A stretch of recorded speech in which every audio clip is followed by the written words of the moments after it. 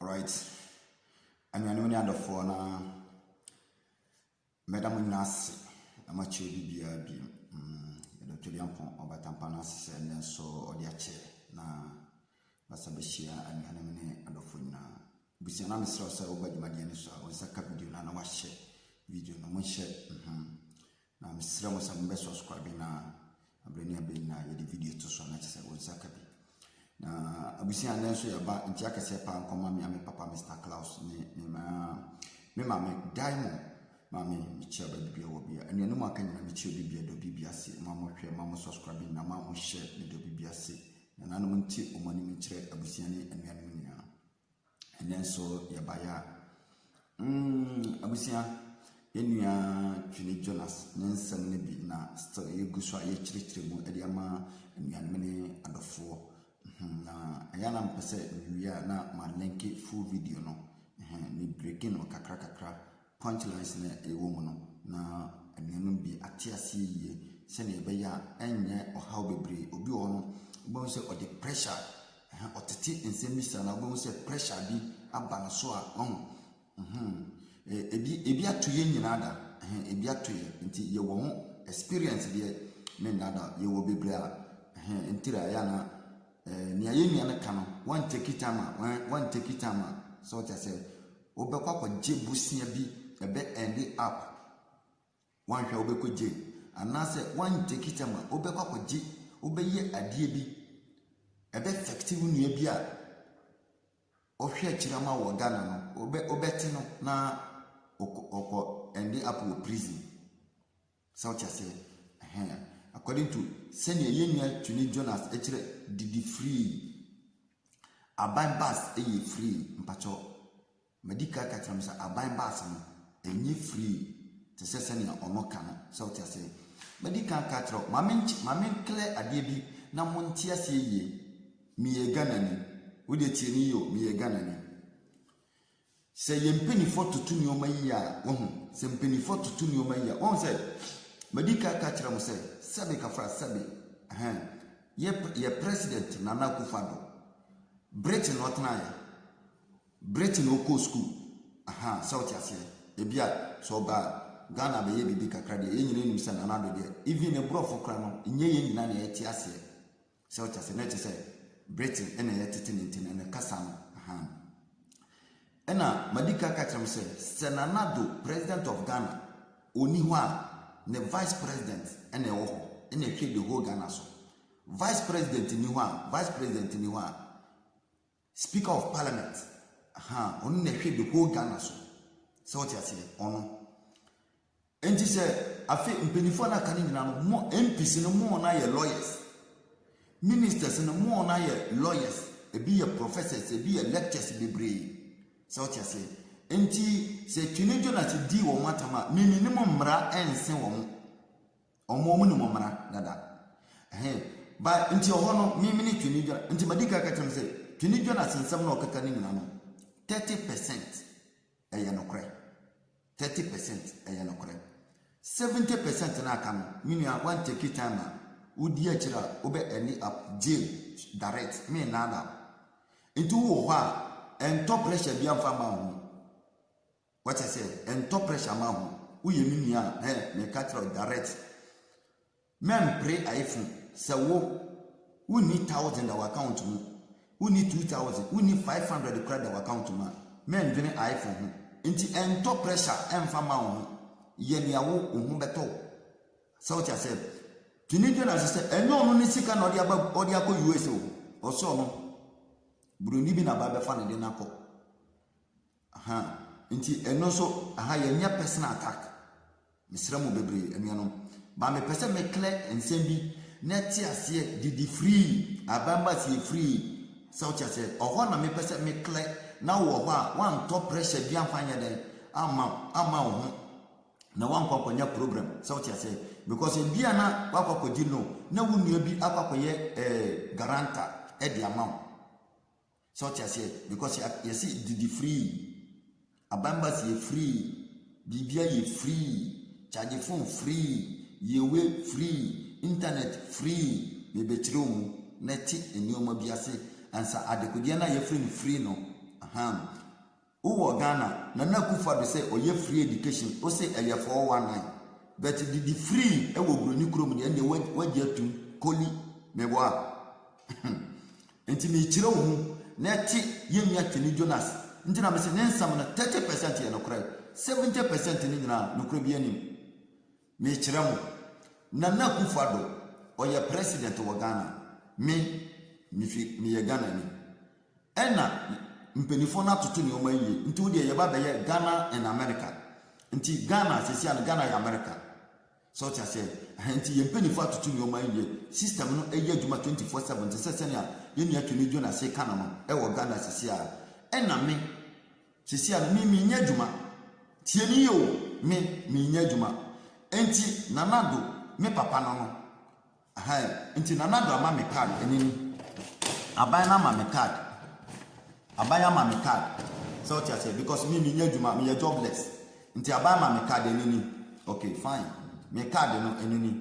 nti no me wo sa card we no me nya adwuma nti we me the full bus free me the food train free nti say na me sole say me ko Kumasi a Accra me ko Kumasi me wa Accra me ko Kumasi a me train am lefo no yenji misika because of card na me kita no card na me kita nti me yenji misika nti eye free nti emini me second card we no me didi because me are jobless me nya djuma me nya djuma nti me papa ene Nanado me papa no on na hwe me medidi babia meda bibia eyo no enini me hospital enini so what I say nti card no akakọ etere nti me no card na me kita no me card no se baako kura ya choro wo se me de focal free me didi free nti bitimi bogura supermarket bia mall bia me wura mu bia no ade a me pe bia but say na ade ne te ya ye nya adwuma no nti me papa ne aban me papa ene aban nti me na me na mo hono no me no aban na nya mfaso bi amfiri me so mi mbom na me didi free wo man mu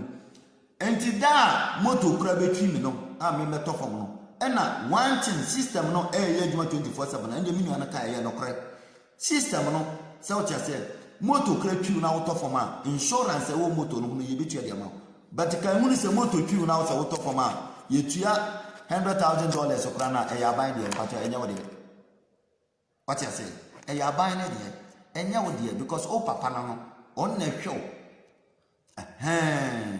nti ye mia Teni Jonas nsam no wan ti ase ya o beto pressure akoma yare ama wo ho wan te pita ma o be kwa kwaje aban bosia bank loan aye krata o de be ma connection ma o be di adi man hwe ye ba no mo ka kire se ye ba beje 3,000 to get 1,000 kran a problem me ka kire ma what ya se wuni an kan kire wa me Jack enya no mudwa wo na akwasi broni krom edan no edan na amu grass nko no me patro sika ni bi anti wo sabe ya ye ni bi no o ti ase ya ye ni bi no obroni sika ni bi ani wo da ban soro mo asikafo ni nyobi ati villa your friend villa no ono nko an ni cottage na waje ho ohona asikafo te asikafo no montimo enti sa dan de tenten na eto aso 20 30 40 glass nko ano omo mu ni bi no ohona omotete what I say enti minia me bubu no tot me kire mu kakra what I say eya na me pese video no be wa bebre me pese wote nsem biase senya nyoma ni siko ani ntretire mo yemia ne de ba no didi free yesi free ye won krofo mu didi free ene de yampa o mu didi free but aban na ehwe wo mo enti se ka na abowa ka pemo to fom ka na pemo wa insurance be free mu aban nyina enya wo de ti se bia me se ni wa ha what I say because enya aban na ehwe me eye mia na mitua me ye djuma ena mitua me tax mitua me bibia enti sa wo de ka pen ne to forma na manwu a sa o chase insurance ameje no eno ano no me nya dwuma biem da na me de awu what I say sa neti na mpacho didi free no o nkrata yesi wo so ya wo duru America wo ni nkrata na abana ma se kona ko didi free mpacho adwuma be na wa ya de ama no ye tie kuro mo Ghana kra na na do so ye free education mo ka tren say enya no kra no ntimi nye na mpacho ene wo ba be sia kwa America ne koko didi free mpacho wa do ama America fo eye common sense nti asam na yenya tuni do na second na eye futuro no tugu amanfo ni one take it ama you go end up end up in jail yenya no nyiro mo Europe na nim sa asam ni nyina no 30% mpacho oko mpenifo no so mo sika no mo kokodi loan so mo de ba be loan ko mo de ba be ise o say o mo ba it is alleged me tuni do na sana ka na me chirim o say o mo jiska na no ma san dia ba o ma chadi because Mr. Parliament House no mini hobby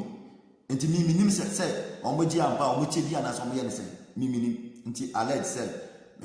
enti say omokokwaje na oma amfanya lole kwan na yekrom lole kwan tutu na wo kom yekrom ketekrache na lole kwan potos go sa and the next person penifo no so mon correct mo yes correction se ni yesram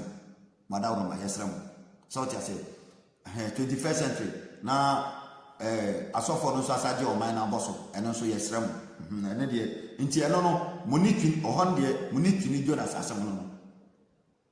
nti yesram montoto sa ne o mani yi ohon de bia obomo pressure ho nti se ti sanso dia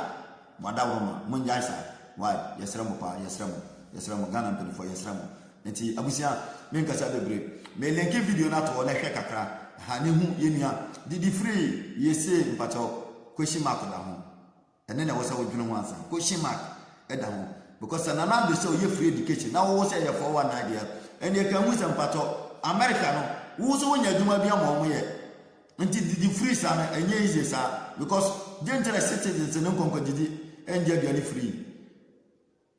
what I say one in say usi woni kunu aban so be hwa apada no aban hwa apada no sa akwara na ba yesta wo se wo ba no nti wo be gisika America mra ya dwuma South Asia ntiti yenti ni o ma biase ansa na wo huni Jonas se peso tere wanti asia wo de pressure bekoko ye bibi wo be end up jail abusa men kasa bebre hwe tuni Jonas video ne kakra na fe wa kasa judge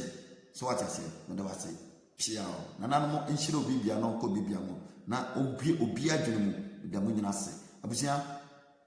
by share video ni bi I say wo wiase nyina owo made fo wo wiase nyina so obesisa ne ma begu heavy no yeri American yo obi beba be di president wa afuo mu ho owo bodyguard owo security bia bi enso obesisa ne ma begu afuo mu ha begu heavy eye die bisa ho sa akwhyen no bisa ho sa akwhyen se eye die ntia na memfan se Mahama Akufo-Addo ne ma omugu heavy no obewia oman ni sika kra o de beba betofie o heavy no omfan to ngu afuo mu ho ma ne mantenam bi o de ombeba begu heavy no eye die ntia ahia every 1 minute bi aso Bible sinam every 1 minute bi Bible sinam every 1 minute bi ahia kra wo no wotimo nya adwuma every week etuaka na bi wa Africa nka wo da na dwo a obi bi disika beba besi so abewia every 1 minute bi Bible sinam